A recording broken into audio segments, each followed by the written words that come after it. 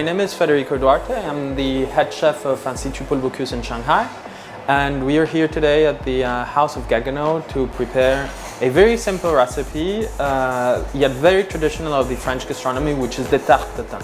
Today I'm going to show you a variation of it, a different way of doing it, a little bit slightly different, but I think very fun and very easy to do at home.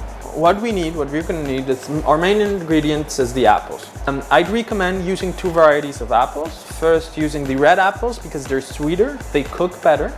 But I also like the green kind, the Granny Smith, because they add a slight sourness to it and an interesting, it's a recipe that works well when you combine both of them. Let's start off by cutting off the apples. Cut like this, then cut the other way around. I'm gonna cut them in half. I'm gonna slice it this way, okay? The first slice I'm not gonna use because it has too much skin. Then I'm gonna cut this way. You wanna be very, very regular in the size of your apples. That is gonna help your apples to cook evenly, and you're not gonna have apples that are uncooked and other ones that are too cooked. If you use these two kind of apples, their skin is not too thick. So it's not gonna be chewy at all. I have melted butter here, and I have a pan, a non-sticky pan. So what I'm gonna do is I'm gonna use a brush, and I'm gonna add some melted butter onto my pan. It's very important to use a non-sticky pan.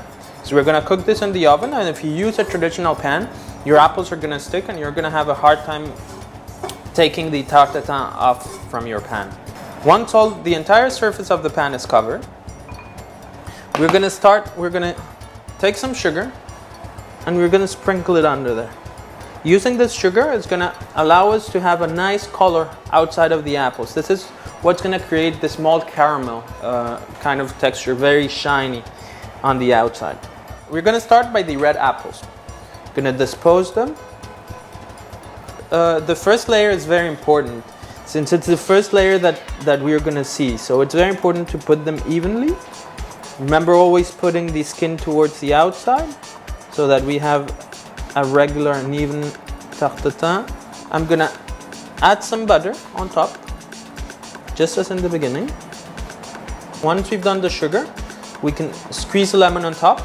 This is gonna give us some extra acidity and extra sourness, so it's gonna cut a little bit the very sweet taste. We're gonna continue the procedure, and now we're gonna use the green apples. Now we're done with our second layer. Exactly the same procedure. We're gonna add some extra butter on top, sugar. A little bit of lemon on top as well. So one extra layer of apple. Now we have 2 layers of red apple and 1 layer of green apple. Adding butter helps cook the apples. It also helps keeping the apples very white. A little bit of sugar on top, lemon juice. Gonna finish up with a last layer of green apple. Is add a last layer of sugar. Are we going to use our hands to press it down? We want to press it down so that our tarte tatin is very compact and that we can cut it easily afterwards. We're going to add a cover. We're going to use non-sticky paper, baking paper, and we're going to put it on top.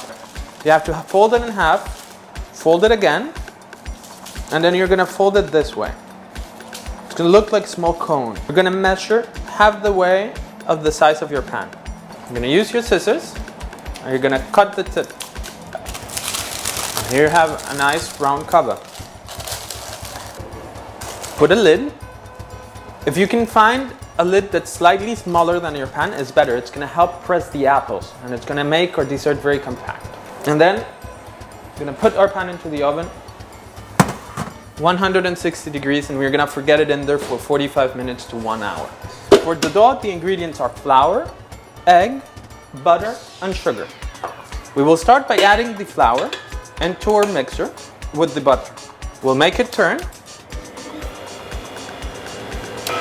Be sure to take the butter outside from the fridge around 45 minutes before you start your recipe. We don't want to use melted butter, but we want to use butter that's slightly soft.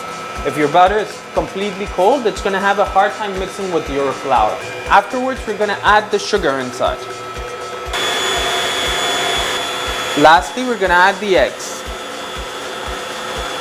We're going to let our mix turn inside until we obtain a homogeneous dough. It should take around 5 minutes. Once we've let it turn for around 5 minutes, we're going to obtain a homogeneous dough. It's going to look like this. Once you have it, we're going to roll it into a bowl. We're going to use a little bit of flour that we're going to sprinkle on a tabletop. This is going to help us avoid our dough from sticking onto the tabletop. We're going to use a rolling pin, and we're going to roll our dough at around half a centimeter thick. Once it's rolled down, we're going to add a little bit of flour on top, and using a cookie cutter, we're going to cut a perfect circle, and we're going to put it into a baking sheet. Use some scrambled eggs with a brush. I'm going to sprinkle that on top. I shovel that into an oven at 190 degrees, and we're going to let it cook for around 10 minutes. Okay, so both our dough and our apples are cooked now. What we're going to do is I'm going to first take off the dough. Take the dough out of the oven, take it into my dish. Get it ready for presentation.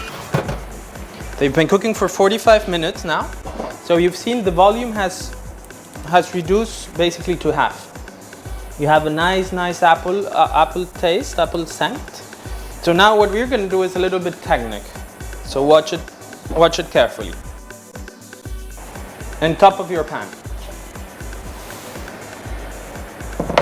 Now I'm going to turn the whole thing over. Ta-da! So using a cookie cutter,